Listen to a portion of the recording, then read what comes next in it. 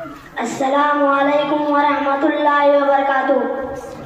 الحمد للہ وکفی وسلام علی عبادہ الذین اصطفی. اما بعد. مشفق اساتذہ کرام، معزز حاضرین اور میرے عزیز ساتھیوں،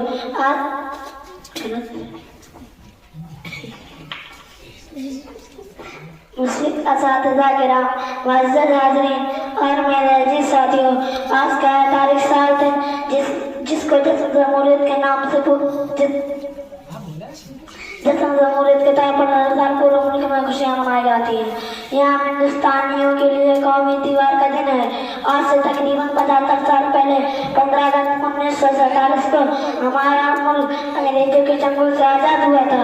اس وقت انگریز ملک چھوڑ کر تو چلے گئے، لیکن چونکہ ابھی ہندوستان کا کوئی آئین اور قانون مرتب نہیں ہوا تھا، اس لیے آزادی کے بعد بھی کچھ دنوں تک انگریزوں کے بنائے ہوئے قانون کے مطابق ملک کا نظام چلتا رہا.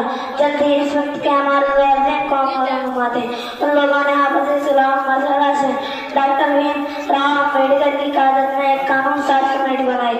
اس کمیٹی نے 2 سال 11 مہینے انتہائی کوشش کے بعد ہندوستان کا قانون مرتب کیا. 26 جنوری 1950 کو اس قانون کی ایک کاپی پارلیمنٹ قانون ساز اسمبلی اور عدلیہ کو سونپ دی گئی کہ اب ملک کا نظام اسی آئین اور قانون کے مطابق چلے گا. تو چونکہ 26 جنوری 1950 کو ہمارا ملک انگریزوں کے چنگل سے آزاد ہوا تھا، اس وقت انگریز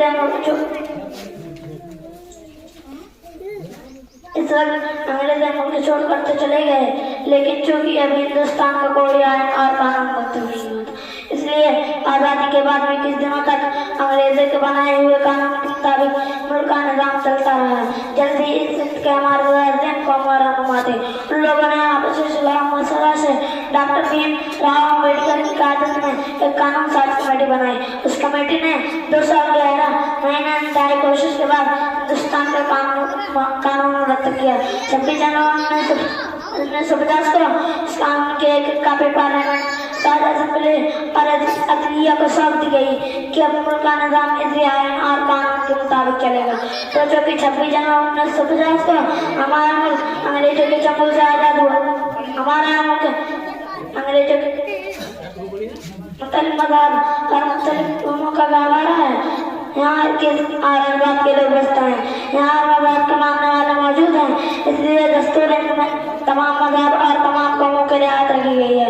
اس لیے تمام قوموں کی رعایت رکھی گئی اور آئین کی پہلی دفعہ یہ بنائی گئی کہ ہندوستان ایک سیکولر اور جمہوری ملک ہے، یعنی اس ملک میں ہر مذہب کے ماننے والے کے لیے مکمل آزادی ہے کہ یہاں کا ہر باشندہ اپنے مذہب پر آزادی سے عمل کرتے ہوئے زندگی گزار سکتا ہے. دستور زندگی ہے پہلی دفعہ در حقیقت یہی ہمارے ملک کی شناخت ہے. اسی پر عمل کرنے میں ملک ترقی کرے گا اور ملک کے اندر امن و سکون کا ماحول بنا رہے گا. علامہ اقبال کے اس شعر کے ساتھ میں اپنی بات ختم کرتا ہوں. مذہب نہیں سکھاتا آپس میں بیر رکھنا، ہندی ہم وطن ہے ہندوستان ہمارا.